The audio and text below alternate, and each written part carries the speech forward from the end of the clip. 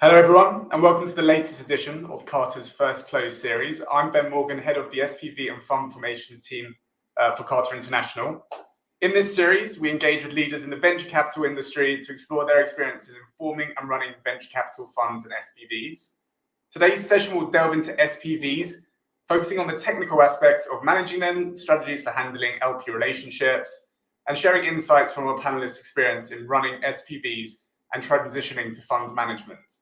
We have an exceptional panel today featuring speakers who have successfully navigated the transition from SPVs to full funds, those currently in the process, and experts who assist VCs along this journey. This discussion promises to offer a variety of perspectives and valuable insights. So without further ado, let me introduce our speakers. First, we have Paolo Pio. Paolo is a Silicon Valley software engineer turned technology executive turned venture capitalist with a portfolio of 40+ early stage startup investments.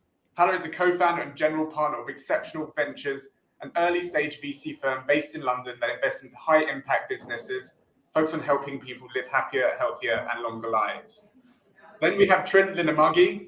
Trinh is the founding partner of C Ventures, backing early stage diverse founding teams across UK and Europe. She's a former entrepreneur turned investor and has close to a decade of investing experience in early stage venture funds in the UK and US. C Ventures invests with a network of business angels and family offices alongside top tier VC funds. And finally, we have Helen Parsonage. Helen is a fund formation lawyer leading the VC fund practice for Osborne Clarke.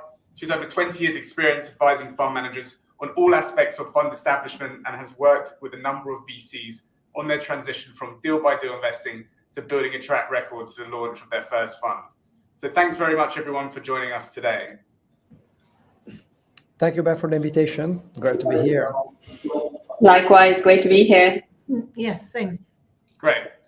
Well, to start off, maybe a question for you, Trinh. How did you get started in venture capital? What was the initial experience like, and what were some of the first decisions that you had to make on running an SPV beyond securing your initial investment?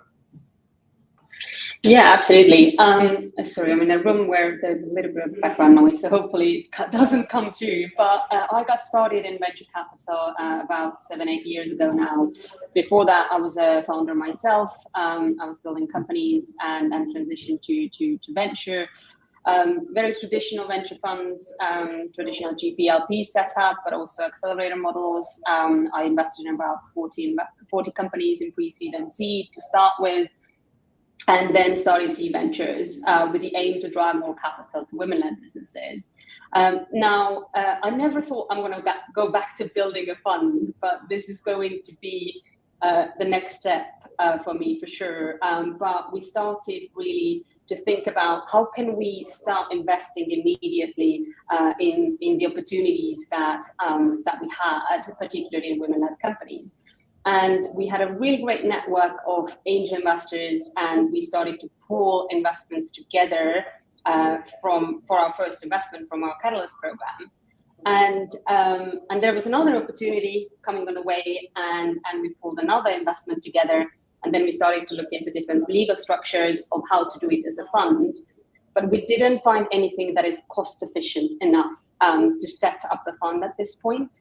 And realized that doing SPVs at that particular point made no sense to build out our track record and our network within angel networks and family office networks, and really show what types of deals we can get access to and how we can help the companies and really showcase our value that we can bring. And that's what we've been doing for the last 2 years. Great, thank you. And same question to Paolo. Thank you, Ben. So, well, my background is in tech. I'm an engineer by training. So my first job was in I'm Italian, as my name and accent clearly give away, and that's where I studied computer science. And my first job was in San Francisco. I worked at Cisco as a software engineer. Then I moved to product management and eventually into business development, leading Europe, Middle East, and Africa, always for Cisco. So all in all, I was 13 years.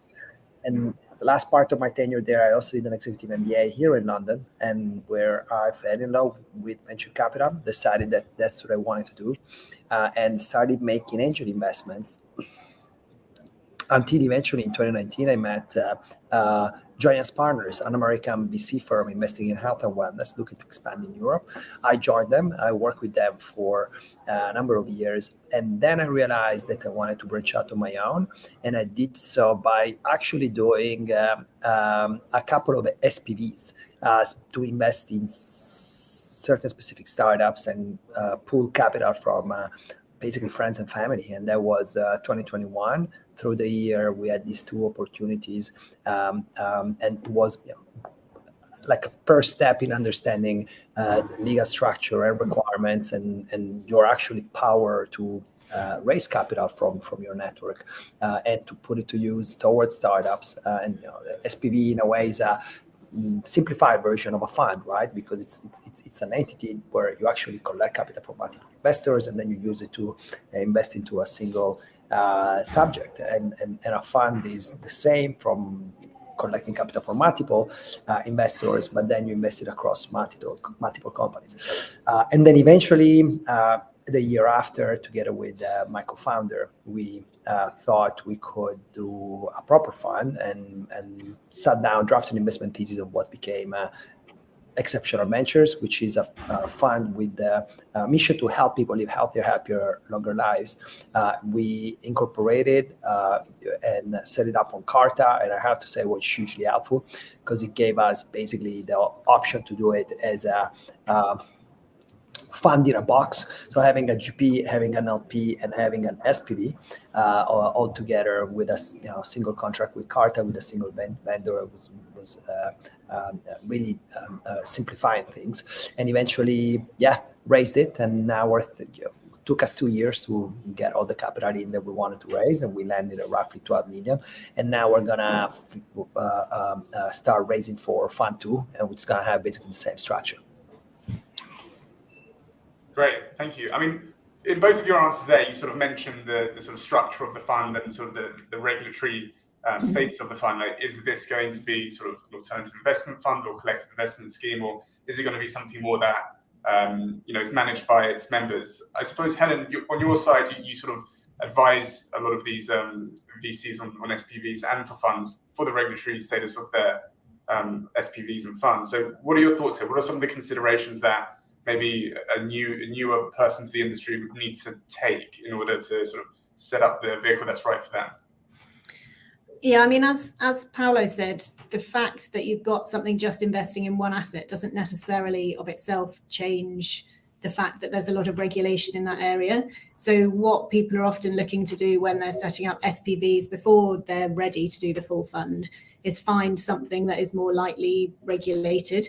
So maybe not using a traditional GP-LP structure, but using a kind of nominee structure or an LLP structure or something like that, which relies on all the different participants kind of taking part in the management a bit more than you would have in a traditional fund, and thereby kind of staying outside of some of those regulations.